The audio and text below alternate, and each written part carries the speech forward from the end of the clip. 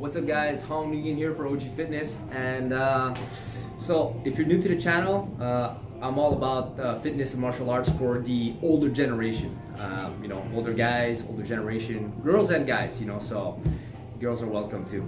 Okay, so it's been a while I haven't made a video, but I'm back now. It's been about 5 months.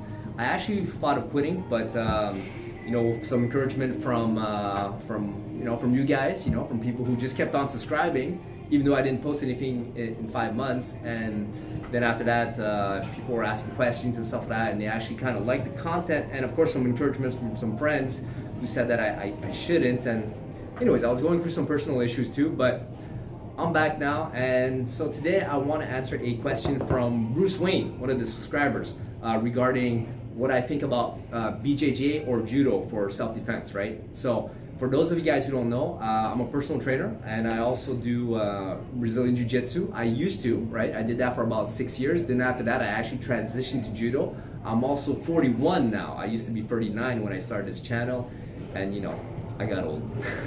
Okay, so here's the thing with, I think it's important to understand both of them. Both of them can be very effective for self-defense, but with judo, right, unless you learn, with judo, you throw the guy, right?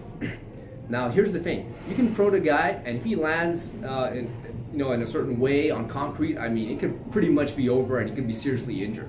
But if he doesn't, I mean, then after that, well, then you're on the ground. So if you're on the ground and you haven't developed the ground game, the newaza, right, in judo, to finish it off. And that's the problem too with a lot of judo clubs, is that it's very competition based, and a lot of clubs, like they don't focus a lot on the ground, right? So they just focus on competition, throwing the guy, and that's it, and holding them down.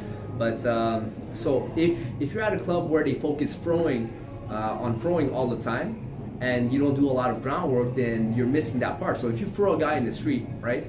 Like if he lands and he dies, or like something breaks, boom, it's over, right? But if he doesn't, well, the fight, he could still get up and fight and kick your ass afterwards, right? So you have to be able to finish him. So whereas in jiu-jitsu, what's really good about it is that, well, once you bring the guy to the ground, you're able to finish it, right? Like you understand positioning, you understand how to take the back, you understand how to pass the guard, blah, blah, blah, hold them down, kimura, rear naked choke, whatever, All this stuff actually exists in judo too, by the way. I mean, that's where jiu-jitsu came from. It was taken, derived from judo. So I think that it's not either or. I think it's important that if you practice judo, okay, you have to, add in some groundwork in there, and be able to finish off when you're on the ground. And if you're practicing strictly, that's if you're practicing strictly judo. But if you're practicing strictly BJJ, well, you have to have a takedown game. Because yeah, 90% of fights, you guys must have heard this, always end on the ground. But 100% of the fights start standing up, right? So like if you don't have that takedown ability, which you can get from judo or you can get from wrestling, right? The lowest hanging fruit would actually be wrestling, because it's actually easier to get better, quicker at wrestling takedowns than it is to do judo, like for judo takedowns, right? Judo throws. So I think if you do, both are really good. I started in Brazilian Jiu-Jitsu, and that like really boosted my confidence when it comes to being able to handle myself on the street and whatnot. But I mean, it's important to learn how to take down, like really, really important. So if you do strictly BJJ, you gotta add in some wrestling and some takedowns. You don't need a million of them, but you have to be able to take somebody down without getting knocked the hell out, right?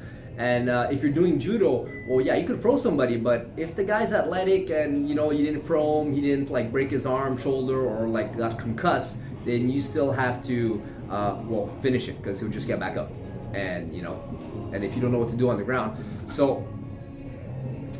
Or ideally, right, like if you're at a club where they do both, you should find some time to do at least, let's say it's predominantly judo that you're able to do, then do that. But then get some BJJ skills in there, man. It's worth it, and vice versa. So if you're doing BJJ and and if you have that chance to do some judo, like that's gonna help too. So I think Both of them in combination would be great. Both of them in self-defense can be great, but then it depends on you, on how you, on the individual, how you're able to use it, and you know, your creativity, your athleticism, your experience, and all that.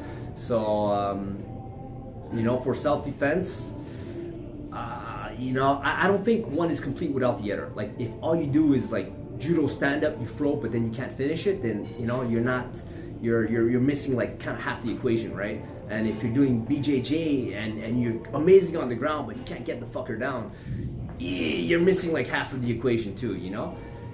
So that's my 2 cents on it. So listen, guys, I'm back. I'm gonna try and pump out at least a video every week, right? If you guys have any questions, just post it down there.